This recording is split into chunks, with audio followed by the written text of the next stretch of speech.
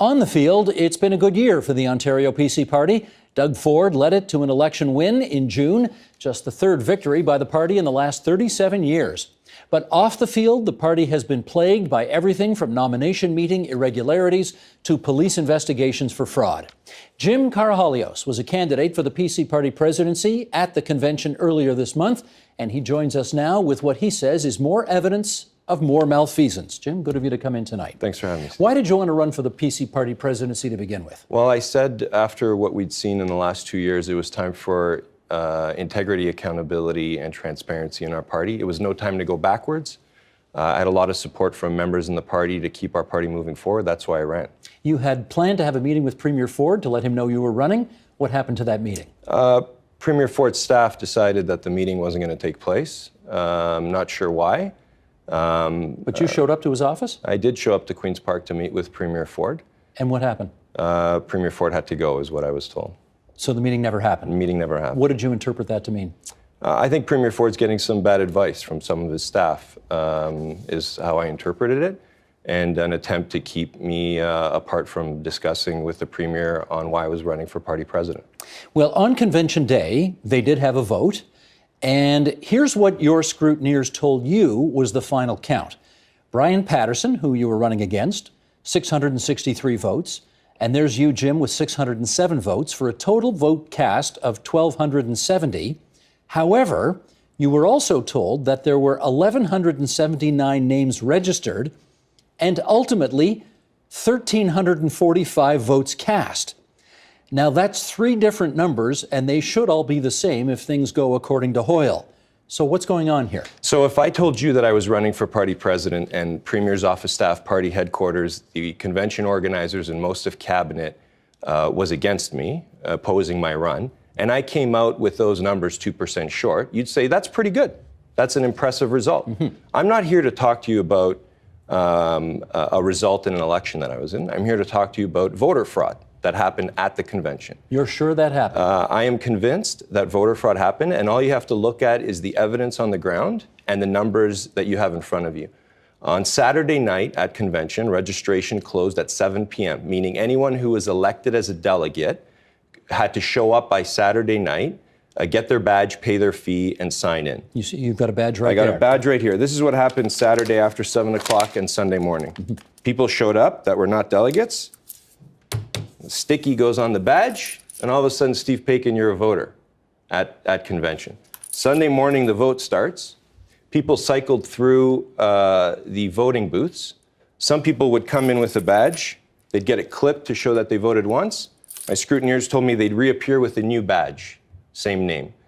People voted more than once on Sunday morning. People voted who were not on the voter list that we were provided on Saturday night, because on Saturday night, all the candidates received the voter list, 1,179 registered delegates ready to vote Sunday morning. The ballots were printed on regular stock paper in black and white. They were not accounted for, meaning at the end of the count, they could not tell us how many ballots they started with, how many were used, how many ended up in the ballot boxes. The reconciliation with the number of voters was not done. They tried to start counting the number of voters that voted at the booths. They got to, I think, 1,200. They couldn't get to the 1,345, so they stopped. Even more concerning, the ballots that were counted in the boxes were supposed to have the signature of the person, the election official at the polling booth. There were ballots in all the boxes that didn't have signatures of the individuals manning the booths, the election officials. So how do you come out with 1,345 ballots with 1,179 registered voters and evidence of people circling through the voting booths more than once and voting that are not on a list? What does that mean? That's voter fraud. Now, presumably when people showed up to vote with those badges and the stickers on top of them, which looks pretty unofficial, should the people who were running that election have turned them away and didn't? Absolutely, or they should have documented the specific instances that happened. So during the vote, my scrutineers and other candidate scrutineers had so many objections to what was going on, you couldn't even count them. I sent, my lawyer sent the party lawyer a letter in the middle of the vote documenting it, and another letter later on in the evening. And we've requested from the party the ballots and the list of voters who voted at convention. Well, let's follow up on that. Where are the ballots now? I don't know. We've asked for the ballots. I can only assume the party lawyer has them. We asked for the ballots. We asked for the list of voters. We've gotten no response. The only response the party gave was a statement to the media that said two things. We stand by the results, but we're not showing you the results. So they never announced those results at convention? As far as I know, they refused to announce the results. And the second thing they said is the scrutineers at the vote didn't have any objections to what was going on. Well, that's a lie, because I have a letter from my lawyer to the party lawyer documenting what scrutineers were saying during the vote. So I don't know why they're doubling down on what they're saying in their statement and saying things that are factually not true. Do you have any recourse at this stage? I mean, is there somebody you can appeal this decision to? Internal party elections, there's no governance body overseeing what happens in an internal party election. But I find it troubling and ironic that I ran on a campaign to bring integrity, accountability, and transparency into the PC party. And in the election, there was no integrity, no accountability, no transparency. And I won the election handily, and someone else was named the winner. How do you know you won handily? If there's 1,179 voters on the registered voters, and I got 607 votes, that's more than 50%. It is often the case at leadership conventions, maybe elections of this type as well, that once it's all over and done with, they burn the ballots. They just get rid of them. So I got to ask you, do you even know if the ballots still exist? That would be outrageous, because when one lawyer sends a letter to another lawyer asking them to preserve the ballots or the evidence, you can't burn ballots that are evidence in a potential dispute. Have you asked them where the ballots are? We documented a letter to the lawyer saying, please preserve the ballots and let us know what the voter list looks like. And you've hired a lawyer to look into all this for you? Yes, obviously I have a retained lawyer, yeah. How much is this going to cost you? That's a concern, right? Because the onus is now on the individual when you have a process that's not transparent. Obviously, I spent money, and there were others that spent money on their campaigns. I'm not the only one that's affected here. There were three other candidates, Hayden Foss, Michelle Simard, Mary McNeil, all ran for vice president positions. They all should have won if those extra ballots didn't make their way into the ballot boxes. And look, the other thing here is 1,000+ delegates that attended convention. They each paid $300 plus hundreds of dollars in travel and accommodations to participate in what they thought was going to be a fair election, a fair vote. And they got defrauded out of a fair process and their hard-earned money to participate in a convention that ended up like this. Okay, don't take this the wrong way. Go ahead. But you've been here before, and we know each other a little Right. bit, so I know you'll take these questions in the spirit in which they're intended. You're a well-known pain in the neck in the party, right? I mean, you're the guy who was the one guy who, when Patrick Brown was leading the party and wanted to bring in a carbon tax as part of the platform, you brought this Axe the Tax platform forward, and you won at the end of the day, right? You managed to get the carbon tax out of the platform, but you ticked off a lot of people in the interim. Are you at all, I guess the question is, you can't be surprised that the brass of the party wants you to lose. Is that fair to say?